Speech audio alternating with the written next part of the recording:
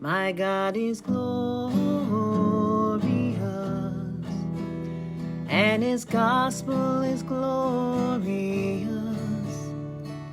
Father, loving the Son in the Spirit, before the foundation of the world. Followers of Islam rape, murder, kidnap, and pay the woman on the streets. And of course, with all this, what they do is they become part of the game of playing professional victims with presenting Islam is the religion of peace.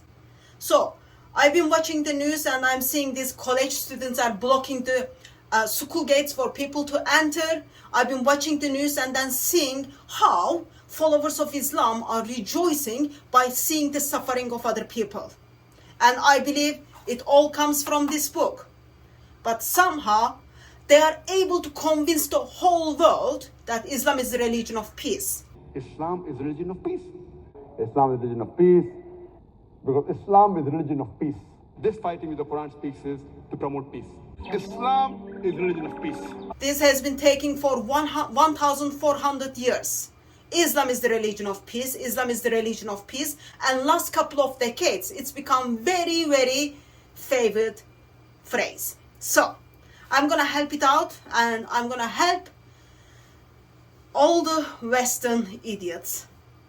I meant to say nicely, these amazing thinkers. I'm going to help them out and then make Islam the religion of peace. Take out all the verses which spread violence towards Muslim women, which spreads violence towards Jews and Christians, spread violence towards Muslims who do not follow Muhammad to the length of Muhammad's trousers, as well as spread violence towards every non-Muslims. I'm going to help it out and then I'm going to take out all those violence verses out from the Quran.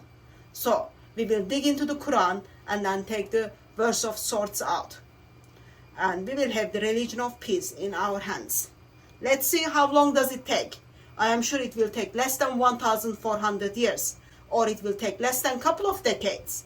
And then we will all be convinced with the leftover, Islam is the religion of peace. But because of my experiences, I never sugarcoat. I never give you a romanticized view and then the truth is other than that. Because it doesn't work that way. We would not be here today as Muslims if Muhammad ibn Qasim and Amr ibn al-As didn't go and want to conquer Hind and Egypt for reasons that were no threat to Islam. We thank Allah that Ibn Qasim came to our lands. I thank Allah that Islam came through political means. And that's what we have to be blunt about. Well, now, the Qatar and the Quran came together and they don't want people to think Islam is the religion of peace.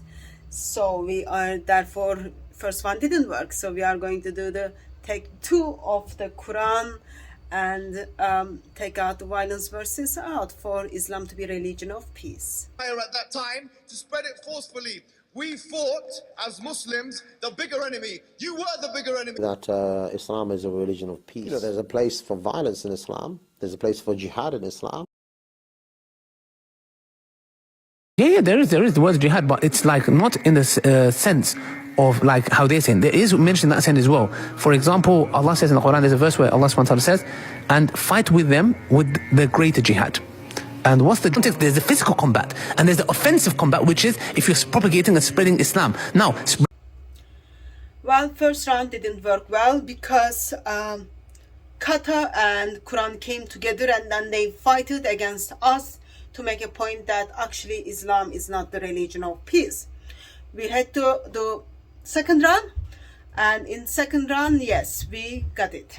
And it took just under 4 minutes to make religion of Islam the religion of peace. Yes, Islam is not religion of peace.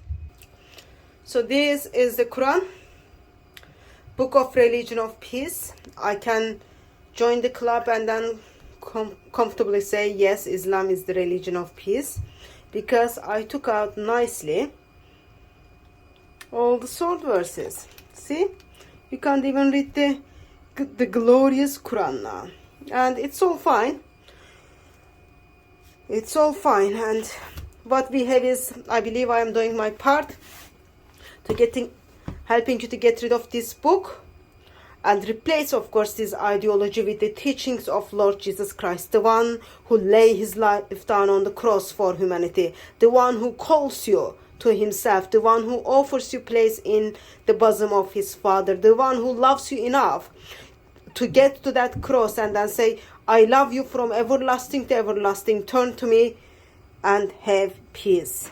So if you want peace, turn to the one who is on the cross. If you want peace, worship crucified and risen Lord Jesus Christ. So I'm trying to help Muslims to make sure Islam is the religion of peace. So this is the take 3 of making Quran the book of peace.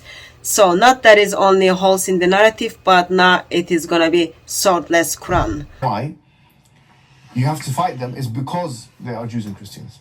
You should fight those empires around you, or those hukumat around you, which are Jew or Christian, until they give the jizya.